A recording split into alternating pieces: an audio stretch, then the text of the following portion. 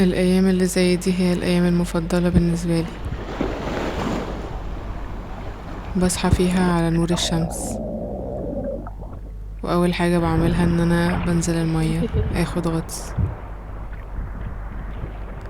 اللحظات اللي زي دي بحس فيها إن أنا عايشة حلم مش حقيقة. بعد ما الأيام دي بتعدي برضو بفتكرها على إنها كان حلم حلمت بيه وأنا نايمة، وبعد كده بصحى على الواقع. الأيام اللي زي كده مش بيبقى عندي أي فكرة الساعة كام في أي وقت في اليوم، وبعرف أعيش فيها كل لحظة بلحظة.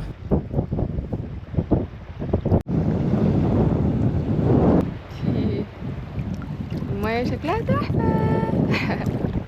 لما بكون في الطبيعة بكون دايما في حالة من الامتنان، ببص على كل حاجة حواليا واحس يا ربنا خلق لنا نعم كتيرة قوي، وانا شخصيا النعم دي بتساعدني جدا. بقيت بحاول على قد ما اقدر لما احس ان انا مش كويسة او روحي تعبانة ان انا اروح لمكان في الطبيعة ممكن يكون فيه علاج، رملة، بحر، جبال، تمشية وقت المغرب من غير اي ازعاج. اليومين دول قفلنا تليفوناتنا وقفلنا الكاميرا وقضينا وقت مع بعض كعيلة، كان جميل قوي وعملنا ذكريات عمري ما هنساها ابدا. صباح الخير.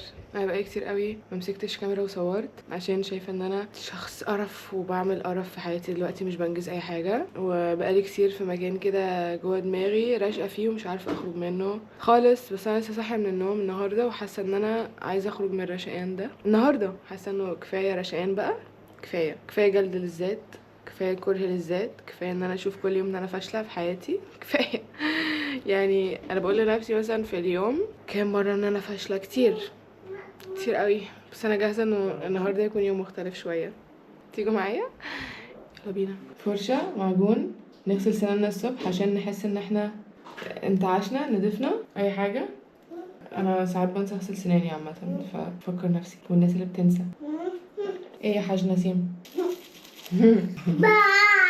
النهارده الصبح اول يوم من فتره طويله قوي ابني يصحى من النوم وانا وبابا صاحيين ويقرر ان هو ما يبقاش لازق فيا ويبقى مع باباه ويرضى يروح مع باباه. اعتقد، بس يعني مش متاكده، بس هقول ده بصراحه رغم ان انا بحس بالذنب ان انا اقول كده، بس اعتقد دي برضو حاجه كانت مخلياني مؤخرا مش حاسه انها كويسه، انه ابني عايز على طول يلزق هنا ودايما موده مش لطيف كتير مؤخرا، ومحتاج اهتمام ولمس كتير، وهو بدأ بيبقى في مرحلة اللي هو بيلعب فيها، فاللي هو زي بيلعب معايا مصارعة كده ويجي يلزق وشه في وشي وشغل أولاد كده عادي. بس ده بالنسبة لي بيبقى كتير، فبحس ان انا دايما طاقتي اللي هو مش عارفة اقول ازاي رايحة في الموضوع ده، فمش بعرف حتى الصبح اعمل اي حاجة لنفسي. يعني ان انا ادخل اغسل سناني في سلام ده مش حاجة دايما بتحصل على طول على فكرة، بجد حياتي صعبة قوي. المهم ان انا اتوديت ودلوقتي هصلي علشان في واحدة صاحبتي بجد يعني بغير منها باحسن طريقة ممكنة، انه ما شاء الله عليها كنا خارجين امبارح وبرده قعدت تصلي كل الصلوات بتاعتها واحنا في الصحراء، ما شاء الله اللهم بارك، فده شجعني، فهصلي الصبح النهارده.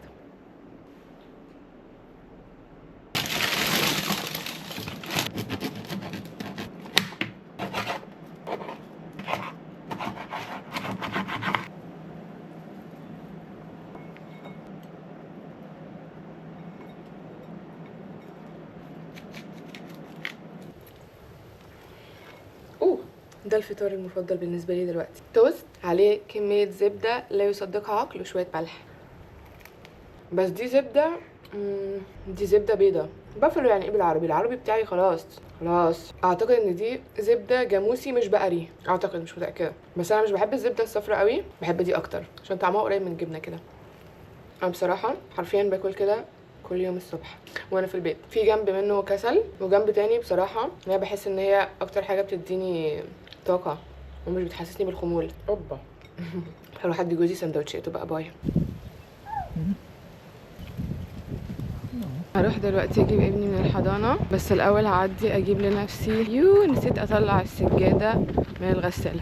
هعدي اجيب لنفسي براوني. قعدت حبه حلوين ما كنتش بصور عشان كنت بنضف في البيت، وكنت حاسه ان عندي شويه طاقه يا اما هنضف بيهم يا اما هصور، قررت ان انا هنضف. مش عارفه مقربه الكاميرا من وشي قوي كده ليه، بس دلوقتي هروح اجيب لنفسي حاجه حلوه عشان اكافئ نفسي. العربيه بتاعتنا قذره جدا والبيت برضو محتاج يتنضف، ودي فكره بالنسبه لي صعبه قوي ان انا اتاقلم معاها او اتعايش معاها. ببص على الترابه بحس ان انا هيجيلي انهيار، بس عادي. هو في الواقع انه التراب ده مش هيضرني بحاجه، مش هيحصل حاجه، عادي. يومي هيكمل وحياتي هتكمل، التراب ده مش هيأذيني في حاجه. دي حاجه كمان بتخليني ما بصورش قوي او ما بصورش كتير مؤخرا. لما بيكون البيت مش نظيف بحس ان انا مش عايزه اصور حاجه، عشان بيبقى فيه تراب، واكتر من التراب بكتير طبعا، عشان ابني حبيبي في اكتر من التراب. وشي بيطلع له برده حبوب، فجاه بقى بيطلع لي حبوب كتير.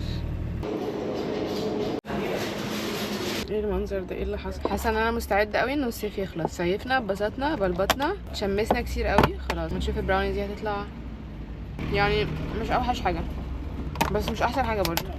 يلا بينا. صباح الخير. النهارده يوم سعيد جدا عشان صحيت الساعه 7:15. باكل عيش بالزبده زي كل يوم ومعاهم كوبايه قهوه. كنت لسه امبارح بقول لاصحابي ان انا مش عارفه اصحى بدري، ممكن حد يساعدني. وبعدين سبحان الله النهارده الصبح صحيت بدري، عرفت اخرج نفسي من السرير. انا فخوره قوي بنفسي النهارده الحمد لله. بحس لما بصحى بدري بيفرق معايا قوي. بقيت بنام متاخر قوي يا جماعه، بقيت بنام الساعه 1:01:30، ممكن كمان 2:15 امبارح، مش متاكده. بس بجد بقيت مواعيد نومي كارثه، بجد كارثه.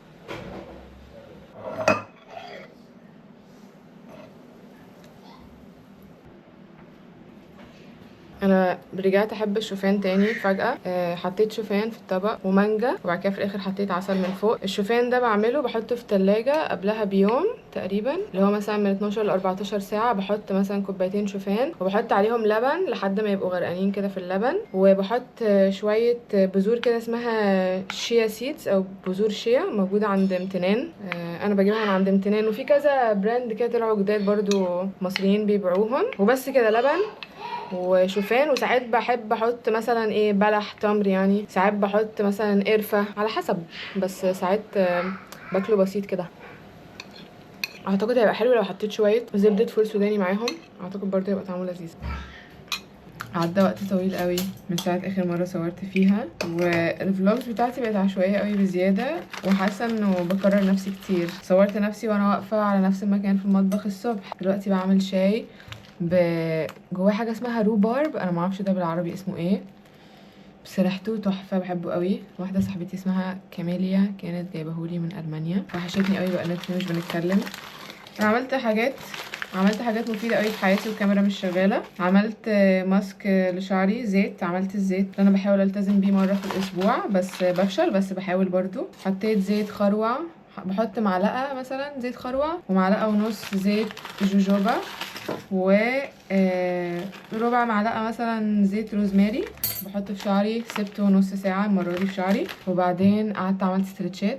ثانيه واحده اصب الشاي. وبعدين قعدت اريح على الارض كده واركز على نفسي بعد ما خلصت ستريتشات وما اعملش اي حاجه خالص. وبعد كده لقيت نفسي بنام، فقلت ايه ده، الله، يلا ادخل اقعد في السرير علشان انام. بعدين جيت ادخل اقعد في السرير، مخي بقى مليان افكار وحشه ذكريات سودا من الماضي، كل الحاجات دي بدات تطلع. وبعدين ما عرفتش انام. بعدين جوزي قال لي ان هو محتاج يجي البيت شويه، وبعدين يخرج تاني مع نسيم، فانا دلوقتي مستنياهم. بس انا فخوره بنفسي عشان النهارده عملت حاجات مفيده قوي في حياتي، والفتره دي بقى بالنسبه لي صعبه قوي ان انا اعمل حاجات مفيده في حياتي. عايزه اقعد في السرير بس واريح واتفرج على مسلسلات وافلام وفيديوهات على يوتيوب بتصدع. بس انا مبسوطه ان انا كسرت نوعا ما اللي هو انا لقيت نفسي قاعده عماله بتفرج على حاجات، رحت وقفت وقلت يلا ممكن اهتم بنفسي دلوقتي، اعمل ايه، وعملت حاجات مفيده. فانا مبسوطه قوي بنفسي وفخوره. بقيت اليوم نفسي بصراحه نفسي اصور بودكاست، مش عارفه لو هعرف ولا لا. نفسي اصور بودكاست النهارده، نفسي اديت. بصور حاجات كتير وبس الاديتنج بطيء قوي. انا بدور على حد يساعدني في الاديتنج، عشان كده فيديوهاتي كلها بتاخر. لو انتوا او لو تعرفوا حد كويس في الاديتنج وعنده استعداد ان هو يشتغل اكتر، مش عارفه اقول الموضوع ازاي، انا معيش فلوس قوي بصراحه ادفع لحد مبلغ يعني وقدره، بس معايا فلوس شويه قليله ممكن ادفعهم. وممكن برضو ادي كريدت للشخص ده واكتب اسمه على كل فيديوهاتي. وبس كده، شكرا. لو انتوا تعرفوا اديتور او بتعملوا اديتنج شبه الستايل بتاع الاديتنج بتاعي، قولوا لي، كلموني، ابعتوا لي ايميل، اي حاجه من فضلكم. شكرا.